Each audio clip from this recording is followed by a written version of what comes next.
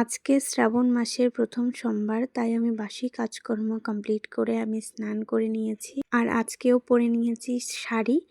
তোমাদেরকে তো আমি বলেছিলাম এর আগের ভিডিওতে, আমি যেদিন একটু পুজো করি সেদিন আমি শাড়ি পরি, তাই আজকেও শাড়ি একটা পরে নিয়েছি লাল টকটকে।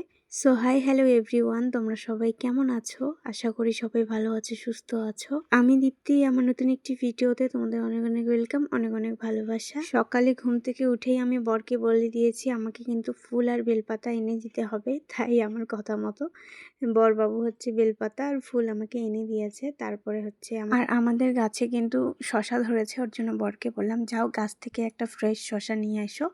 আর পেয়ারাটাও আমাদের গাছেরই। যাই হোক, আনারসটা আনা ছিল বাড়িতে ঠাকুরের জন্যই।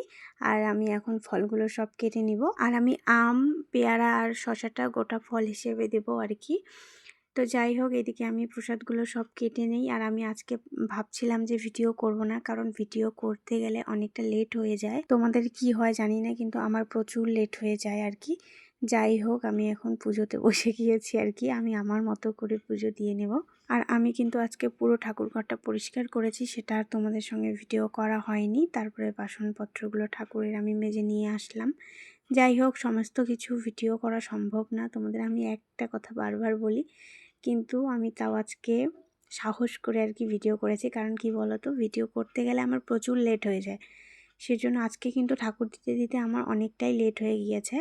আর আমার শাশুড়ি মা এসে আমাকে বারবার দেখছিল, যে বলছিল কখন হবে পুজো দেওয়া, কখন হবে পুজো দেওয়া।